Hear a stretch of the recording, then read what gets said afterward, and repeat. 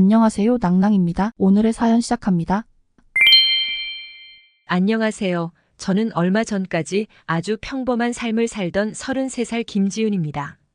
지금은 매일을 고통 속에 살고 있어요. 전 어찌해야 할까요? 때는 2년 전 여름이었어요. 당시 저는 홀로 해외 출장 중이었죠. 미팅을 마치고 나서 호텔방에 누워 있는데 끝났다는 안도감과 함께 긴장이 풀려 온몸이 아픈 거예요. 빨리 자고 싶은데 또 이럴 땐 잠이 안 오더라고요. 시차 때문인지 뭔지. 아무튼 도무지 잠이 오지 않아서 결국 술의 힘을 빌려야겠다 싶었죠. 무거운 몸을 이끌고 호텔 안에 있는 바로 향했어요. 홀로 고독을 즐기면서 홀짝대는데 자리도 넓은데 바로 옆에 누가 앉는 거예요. 쳐다보니 제 또래의 남자였죠. 한국인이세요? 네, 그쪽도요.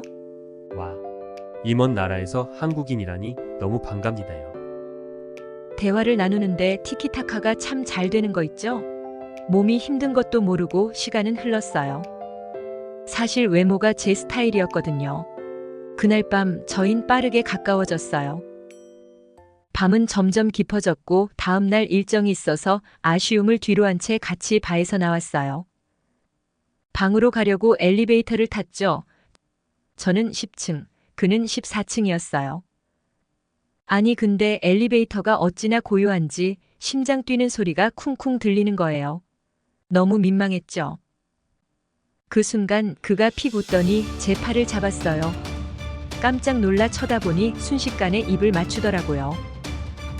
뜨거운 게 입안으로 들어오는데 너무 짜릿했어요.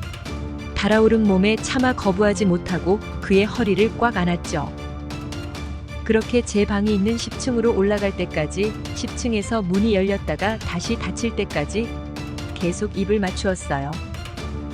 그의 손은 어느덧 제 옷 속으로 들어와 있었고 아래에는 단단한 것이 부푸는 게 느껴졌죠. 그의 방이 있는 14층에서 문이 열리고 자연스럽게 함께 그의 방으로 들어갔어요. 온몸에 힘이 쭉 빠질 때까지 하고 또 했죠. 다음 날 저희는 각자의 일정을 마치고 또 만났어요. 전날보다 더 많은 시간을 보냈죠. 한국으로 돌아오기 전까지 매일 붙어 있었어요. 마침 또 한국으로 돌아가는 비행기가 갔더라고요. 이게 운명 아니면 뭘까 하면서 더욱 가까워졌죠. 한국에 돌아오고 난 후 그는 정식으로 제게 고백했어요. 사귀자고요. 안 받아줄 이유가 없으니 받아줬죠. 연인이 되고 나니 더 행복했어요. 정말 자상하고 저밖에 없는 사람이었죠. 본인보다 저를 더 아끼고 사랑해줬어요. 나이도 나이다 보니 자연스레 결혼 얘기가 나왔고 아이는 몇 명을 낳고 싶고 결혼식은 어디서 하고 하나하나 이야기를 나누었죠. 이런 부분에서도 다 제게 맞춰줬어요. 그렇게 1년 넘게 행복한 연애를 이어오던 어느 날이었어요. 일주일 전이었죠. 아침에 일어나 폰을 확인하는데 그의 카톡이 없는 거예요. 매일 6시에 일어났다며 카톡을 보냈었는데 설마 늦잠 자나 싶어서 전화해 보니까 전화도 안 받더라고요. 대체 무슨 일일까 걱정하면서 계속 전화를 거는데 받지는 않고 카톡도 종일 답이 없으니 답답해 미칠 것 같았어요. 일에 집중도 안 되고 결국 반차를 냈어요. 당장 집부터 찾아가려 했는데 생각해보니 그의 집도 몰랐던 거 있죠. 아까 자상하다고 했잖아요. 매번 저희 집에 데려다 주고 간 터라 무슨 동에 사는지만 알고 정확한 주소는 몰랐던 거죠. 결국 그의 직장으로 찾아갔어요. 불안한 마음으로 로비에 들어갔는데 마침 그와 같이 몇 번 본 직장 동료가 있더라고요. 당장 붙잡고 대체 왜 연락이 안 되는 거냐, 무슨 일 있냐 물었더니 깜짝 놀라서는 저를 끌고 밖으로 나가더군요. 조용히 하라면서요. 사람이 없는 곳으로 저를 끌고 간 동료는 제게 충격적인 말을 건넸어요. 그가 오늘 아침 심장마비로 죽었다는 것이었죠. 아니 이게 무슨. 다리에 힘이 풀려 주저앉았어요. 믿기지 않아 눈물도 안 나오더라고요. 한참 있으니 눈물이 터져나와 소리를 지르며 오열을 하는데 동료는 그저 불안한 듯 주변을 둘러보기 바쁜 거예요. 근데 뭐 그게 이상하다고는 전혀 생각 못했어요. 당장 그가 죽었다는 사실이 너무 컸으니까요. 잠시 후 눈물을 닦고 장례식장은 어디인지 물어봤어요. 연인인 제가 왜 그의 직장 동료에게 이걸 들어야 하는지 좀 의아했지만 이게 중요한 게 아니었죠. 빨리 가서 마지막 인사를 나눠야 했으니까요. 그런데 동료가 저는 그 장례식장에 못 간다네요. 그게 무슨 말이냐 묻는데 동료는 곤란한 듯 머리를 부여잡더라고요.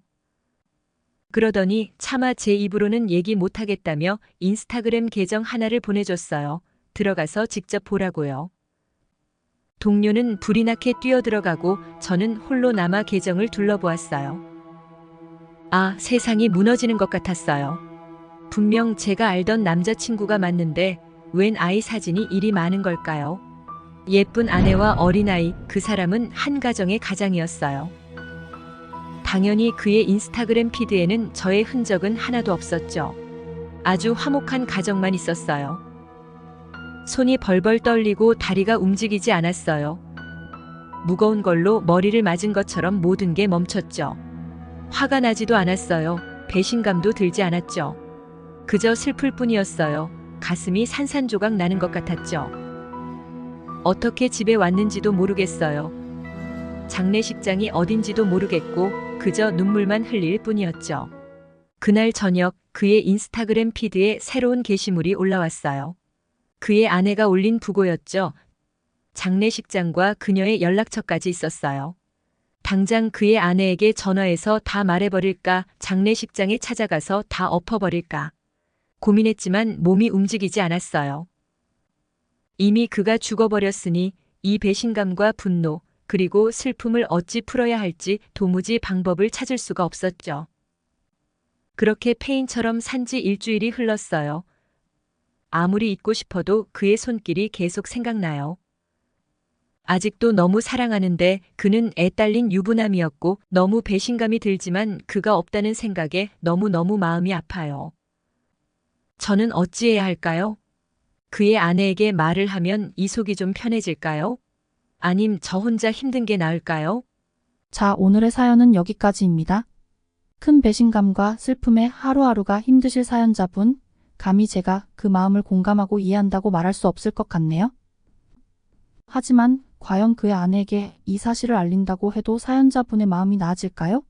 저는 더 악화될 것이라고 생각합니다. 빨리 잊을 수는 없겠지만 시간이 해결해 줄 것이다 라는 말밖에 할 수가 없네요. 자, 여러분들 생각은 어떠세요?